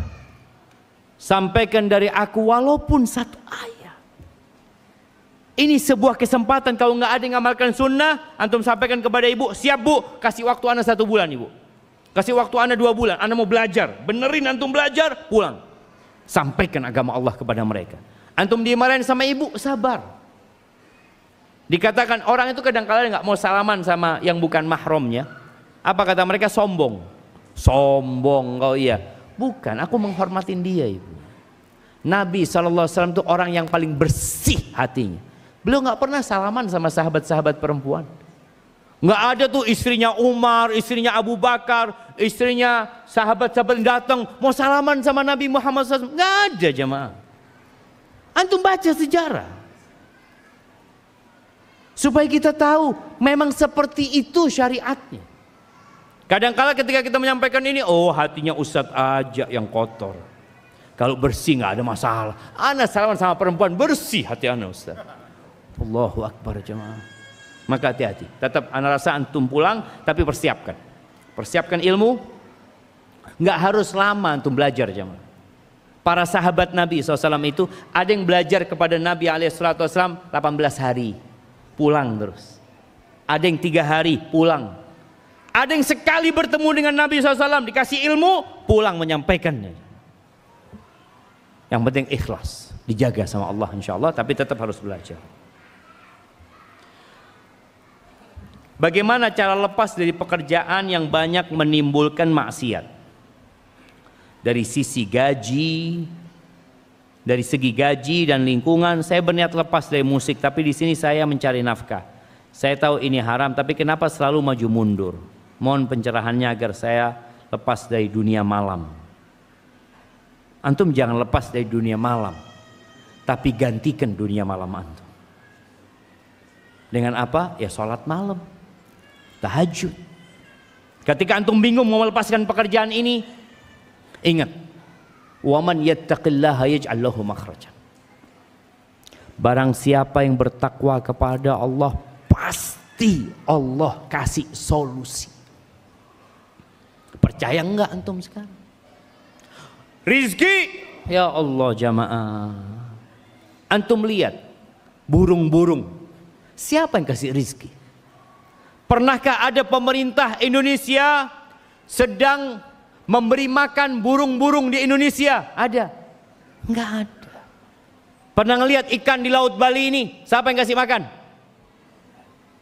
Mungkin ada acara di mana Bali ini setiap bulan ngasih makan ikan di lautan. Enggak ada. Siapa yang kasih rezeki? Antum lihat semut-semut, serangga-serangga, siapa yang kasih makan? Mereka nggak sekolah, mereka nggak pernah belajar, Allah kasih makan. Antum bisa belajar, antum bisa berbicara, antum bisa berdoa, antum bisa berupaya. Tapi kadangkala kita nggak yakin sama Allah Azza wa Jalla. Allah kasih rezeki dari arah yang tidak disangka-sangka. Wa man yatawakkal 'ala Allah fahuwa hasbuh. Barang siapa bertawakal kepada Allah, Allah cukupin, dicukupin sama Allah. Maka nasihat ana, antum tinggalkan. Terus ana mau kerja apa? Minta sama Allah. Sholat malam. Antum biasa dunia malam dari jam berapa ke jam berapa, gantikan waktu itu antum beribadah kepada Allah SWT. Ada satu orang jemaah. Ini cerita semoga memotivasi kita untuk kembali kepada Allah. Ada satu orang di Saudi sana, mungkin di Arab sana, dia ini di PHK aja, nggak punya pekerjaan. Akhirnya dia ngelobi sana, ngelobi sini, macem-macem dia, nggak ada yang terima dia. Suatu hari ketemu sama Syekh, seorang ustadz, dilihat wajahnya murung ya. Kok kenapa? Ana Syekh, ini belum dapat pekerjaan Syekh, kata dia. Ana sudah ngelamar di sini, ana juga sudah ngomong sama fulan, ana punya link ini, punya ini, macam-macam usaha dia. Lalu Syekh itu mengatakan, coba engkau ketuk pintu Allah Azza wa Jalla. Engkau minta sama Allah di sepertiga malam akhir, engkau doa minta sama. Setelah 3 hari ketemu lagi sama Syekh, wajahnya sudah berubah. Engkau loh, ada apa nih kok kayaknya wajahmu berbahagia? Iya Syekh, setelah engkau kasih nasihat aku benar-benar malam itu bermunajat kepada Allah Azza wa Jalla, terus minta. Setelah itu suatu hari atau setelah 3 hari, aku naik mobil. Biasa mau cari kerjaan lah, nyari ngelamar di sana. Di dekat rumah itu ada sebuah kantor. Kok hatiku terbetik, coba anak ke kantor ini. Cuma yang jadi masalah dia nggak punya kenalan. Kita kan selalu berpikir jemaah, kalau nggak punya kenalan, ya sulit lah. Kalau punya orang dalam, insya Allah mudah. Ini anak nggak kenal, nggak punya orang dalam. Tapi hati anak, saya kena coba lah. Akhirnya anak berangkat ke sana. Sampai ke resepsionis, ke informasi di sana. Anak tanya, ada lowongan kerja nggak di sini? Kata dia, ada, kata dia, ada 2, kata dia pekerjaan. Coba naik ke atas, kata dia. Akhirnya dia naik ke atas ya. Nemuin bosnya, ngobrol sama bosnya, ditanya sama bosnya, engkau mau kerja? Iya, ada 2 lowongan, engkau mau yang mana? Dikasih tawaran, langsung kerja aja. Sesuatu yang tidak pernah terbetik Allah kasih, itu yang namanya wa yarzuqhu min haitsu la yahtasib. Allah kasih rizki dari arah yang tidak disangka-sangka. Kita ini selalu bersandar kepada gaji, bersandar kepada tabungan, bersandar kepada aset yang kita miliki, bersandar kepada fulan. Allah tempat bersandar kita. Dan Allah akan cukupin antum. Ustadz, saya mau tanya. Suami saya menikah lagi. Tapi dari segi ilmu kurang. Dan dari segi materi juga pas-pasan. Saya sebagai istri minta cerai, apakah saya berdosa? Dan kalau saya bertahan, suami juga tidak bisa menafkahin. Sedangkan untuk biaya sekolah 1 putra saja suami saya masih keteteran. Mohon solusinya Ustaz. Suaminya hadir enggak ini jemaah?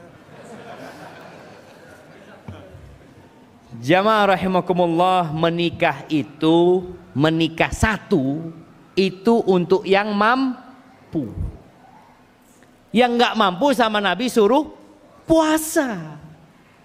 Ini gimana nikah 2 ini? Nggak mampu nikah 2. Maka hendaklah semua bertakwa kepada Allah Azza wa Jalla. Ustaz, tapi anak ini takut terfitnah Ustaz. Ya puasa. Nggak mampu puasa Ustaz. Nikah nggak mampu, puasa nggak mampu. Terus maksain nikah. Jangan-jangan engkau nanti pada hari kiamat akan bermasalah besar dengan hak-hak anakmu, hak-hak istrimu yang tidak engkau berikan. Seharusnya dia memberikan sekolah buat anaknya. Akhirnya anaknya nanti nggak sekolah, atau ibunya terpaksa harus kerja nanti karena sayang sama anaknya. Nasihat anak kepada perempuan yang bertanya, yang pertama, engkau bersabar dan menyuruh suami berusaha lebih banyak lagi. Untuk tidak malas bekerja, sampaikan kepada dia, engkau sudah punya 2 istri, maka engkau harus lebih semangat lagi. Engkau harus memberikan nafkah kepada istrimu yang pertama, yang kedua, dan anak-anakmu. Kalau engkau nggak mampu, ya engkau mundur.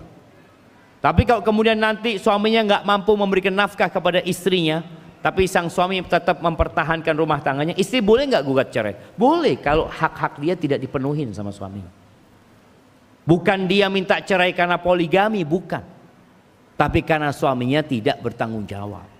Atau karena suaminya tidak mampu memberikan nafkah. Itu boleh sang istri gugat cerai. Ingat, bukan karena poligaminya.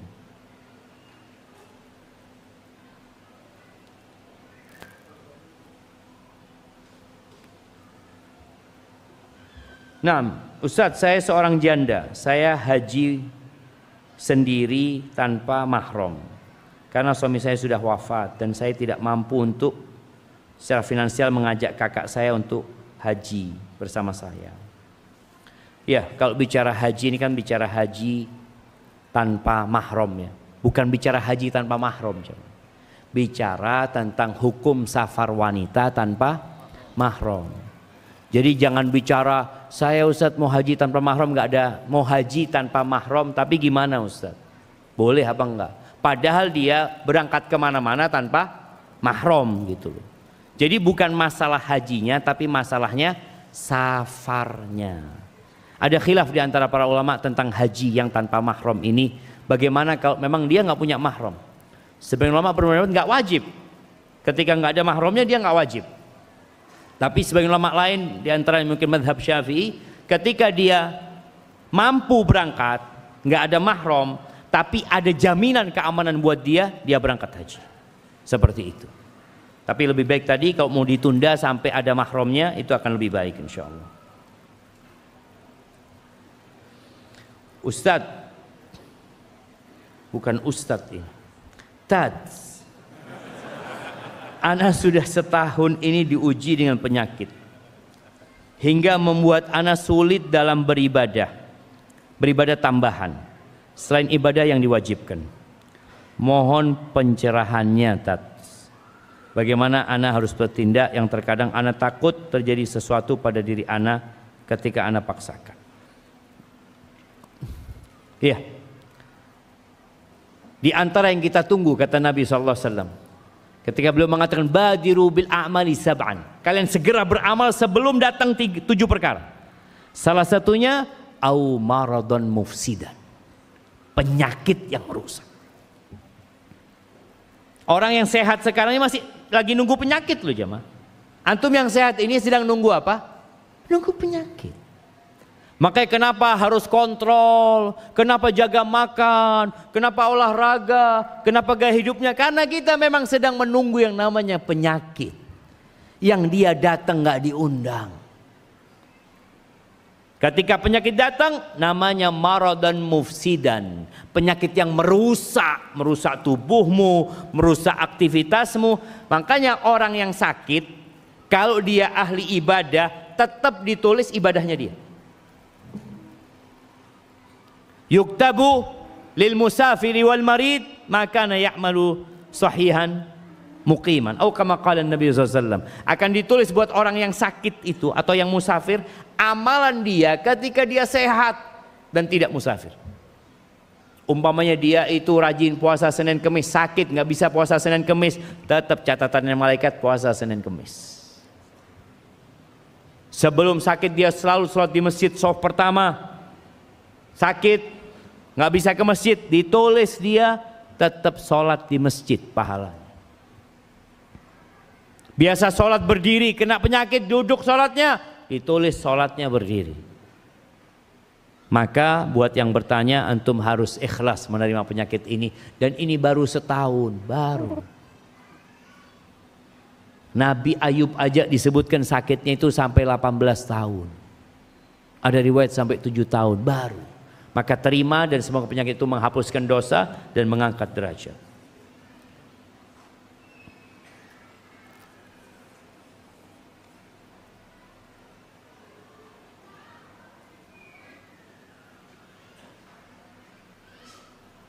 Tolong ceritakan bagaimana Siti Khadijah menjadi seorang istri dan bagaimana Rasulullah SAW menjadi seorang suami. Ini sampai Isya jemaah. Kalau cerita gini ini sampai surat Isya. Yang jelas Khadijah, ya ucapan Siti ini lebih kepada Sayyidati ya, penghormatan buat beliau. istri Nabi SAW Khadijah radhiyallahu taala anha, dia itu lebih tua dari Nabi SAW. Ini pertanyaan kedua tambahannya, bagaimana pahala jika seorang istri melayani suami, wabil khusus soal biologis. Siti Khadijah sudah umur 40 tahun ketika Nabi menikah.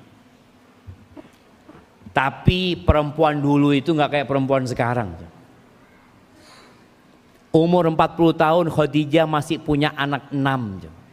Nikah sama Nabi bisa punya anak 6. Sekarang emak-emak umur 40 tahun, aduh nggak bisa sudah. Bahaya kata dokter. Iya, karena memang perempuan sekarang nggak semuanya ya, rata-rata nggak beraktivitas. Perempuan dulu nyuci pakai tangannya jemaah. Ada yang sampai dibanting-banting jemaah. Sekarang perempuan tinggal pencet. Makanya kalau ke laboratorium yang sehat itu jari telunjuk sama jempolnya jemaah. Oh, masya Allah sehat semuanya jemaah. Karena yang bergerak cuma ini jemaah. Ada lagi perempuan sekarang nggak mencet, tahu-tahu baju sudah setrikaan semuanya. Pembantu semuanya sudah. Nggak ada, semuanya tahu-tahu udah disetrika semua. Perempuan dulu mau masak itu ya dengan kayunya ya seperti itu, ambil air mereka. Mungkin setelah pakai kayu yang pakai sumbu. Anak ingat waktu SD itu, kalau ibu anak mau masak, Syafiq, hidupin kompor. Pakai yang apa? Nggak, pakai yang sumbu itu, dihidupin baru satu-satu jemaah, diputerin ya. Sekarang nggak ada. Yes. Maka akhirnya orang-orang sekarang banyak lemah. Khadijah bagaimana melayani Nabi SAW, subhanallah. Dia yang lebih kaya, dia yang lebih banyak hartanya, tapi tetap dia memuliakan suaminya. Karena ingat para istri, walaupun engkau lebih banyak uangnya, pemimpin di rumah tetap suami. Maka jadilah suami yang tanggung jawab. Dan rumah tangga Nabi sama Khadijah ini jangan ditanya sudah. Makanya perlu bicara yang panjang tentang rumah tangga keduanya. Tapi yang jelas Khadijah sosok yang sangat menghormati Nabi Muhammad SAW. Dan Nabi kita Muhammad SAW adalah sosok yang sangat mencintai Khadijah dan menghargai Khadijah. Nabi setelah Khadijah punya istri 9. Pernah beliau punya istri 9. Apakah 9 istrinya menggantikan Khadijah? Nggak ada. Nggak ada. Sampai Aisyah itu pernah dia mengucapkan sesuatu tentang Khadijah yang menyakiti hati Nabi SAW. Lagi karena seringnya Nabi menyebutkan Khadijah, Aisyah sampai cemburu. Padahal kata Aisyah, aku nggak pernah ngelihat Khadijah, nggak pernah. Tapi kalau sudah nyebut kebaikan Khadijah, cemburu Aisyah.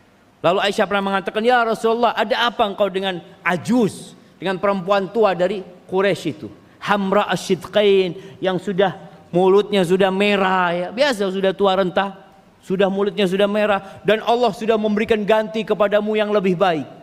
Maksudnya Aisyah. Apa kata Nabi SAW? La wallahi, enggak. Allah enggak menggantikan kepada aku yang lebih baik dari Khadijah. Lalu Nabi sebutkan kebaikan Khadijah kepada Aisyah. Itu Aisyah mengatakan, marahnya Nabi itu hampir 1 bulan. Besok lagi tanya, Aisyah, apa katamu tentang Khadijah? Diam Aisyah sudah. Supaya tahu pengorbanan Khadijah membela agama ini. Ketika Nabi didustakan oleh kaumnya, siapa yang mempercayai Nabi SAW? Khadijah. Ketika orang-orang berusaha untuk membahayakan kehidupan Nabi, siapa yang melindungi Nabi SAW dengan harta dan tubuhnya? Khadijah radhiyallahu taala anha. Kalau pahala istri melayani suaminya, Masya Allah, Akbar.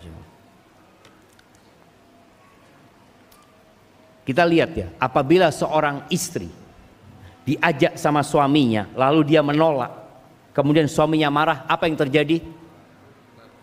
Malaikat akan melaknat sampai subuh. Berarti kalau dia melayani, akan ada doa buat dia, ada berkah buat dia. Bahkan kata Nabi SAW, wa fi bud'i ahadikum sadaqah, dan kalian mendatangi istri kalian itu dapat pahala sedekah. Maka yang nggak punya duit, sedekah di rumah.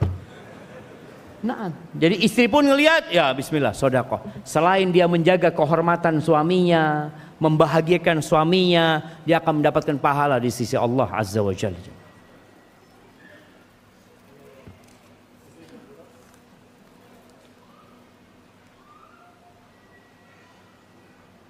Nah, ini kayaknya sudah dijawab tadi. Bismillah jamaah, mungkin ini pertanyaan terakhir ya. Ini akhir Jumat, manfaatkan waktu untuk berdoa di akhir Jumat ini.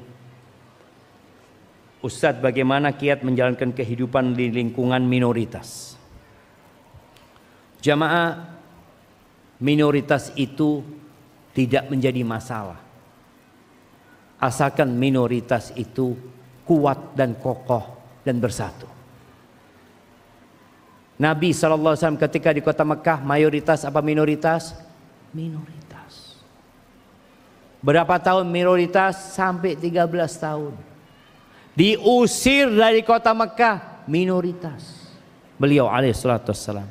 Jadi yang perlu adalah bagaimana kita berjuang. Karena jangan sampai antum mayoritas tapi rasa minoritas.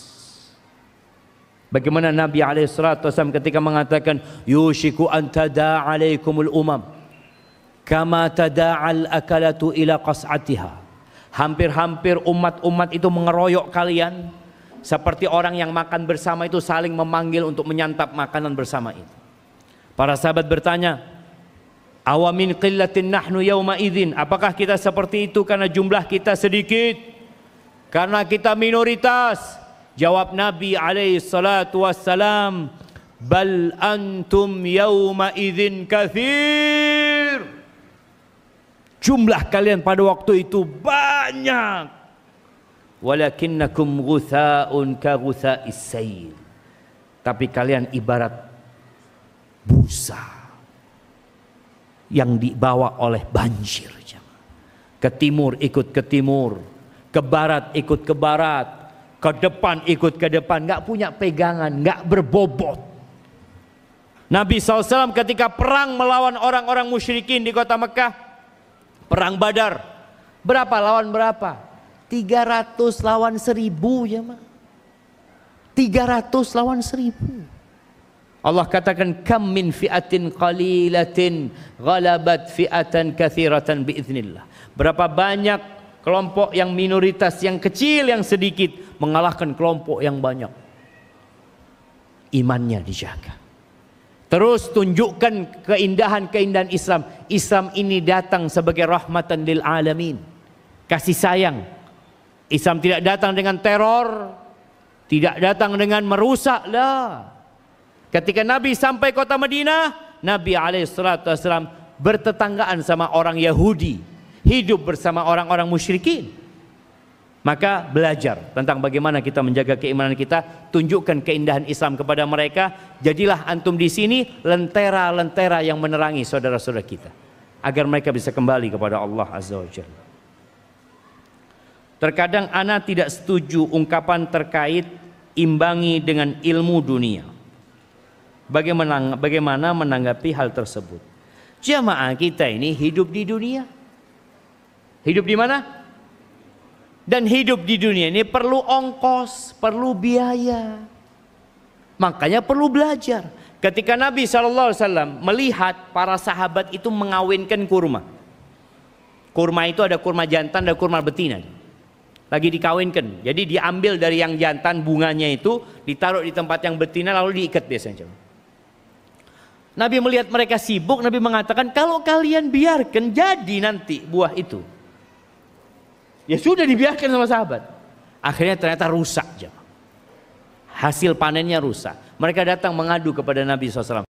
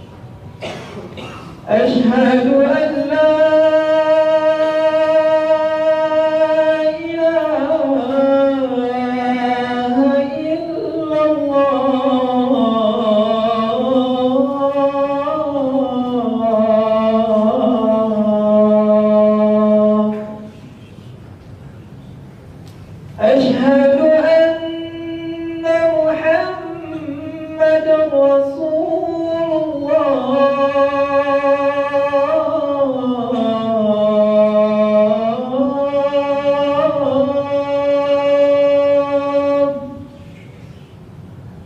أشهد أن محمد رسول الله